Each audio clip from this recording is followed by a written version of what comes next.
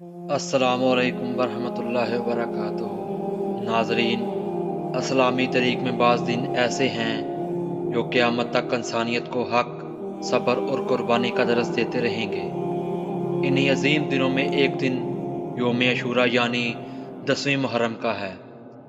आज से 1400 साल पहले करबला की तपती हुई रेत पर एक ऐसा वाक़या पेश आया जिसने हक व बातिल के दरमियान फ़र्क को हमेशा के लिए वाज़ा कर दिया।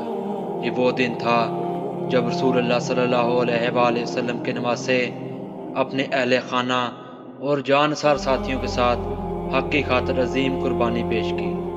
इमाम हुसैन रज़ी अल्लाह तआला अन्हा के पास दुनियावी ताकत, लश्कर और हुकूमत नहीं थी, लेकिन उनके पास सच्चाई, ईमान और अल्लाह पर कामिल भरोसा था।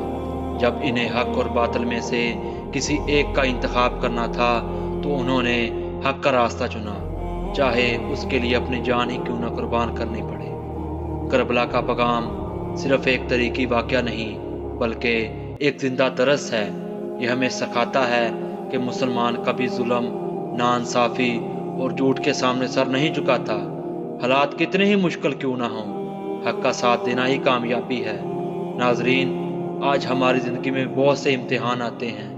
कभी सच बोलने में नुकसान का खौफ होता है, कभी इंसाफ का साथ देने में मुश्किलात पेश आती हैं, लेकिन करबला हमें याद दिलाती है कि अल्लाह की रज़ा सबसे बड़ी कामयाबी है। आइए आज हम अहद करेंगे कि हमेशा सच बोलेंगे, इंसाफ का साथ देंगे, मज़लूम की मदद करेंगे और अपनी ज़िंदगी को कुरान और सुन्नत के मुताबिक गुजारने की कोशिश करेंगे।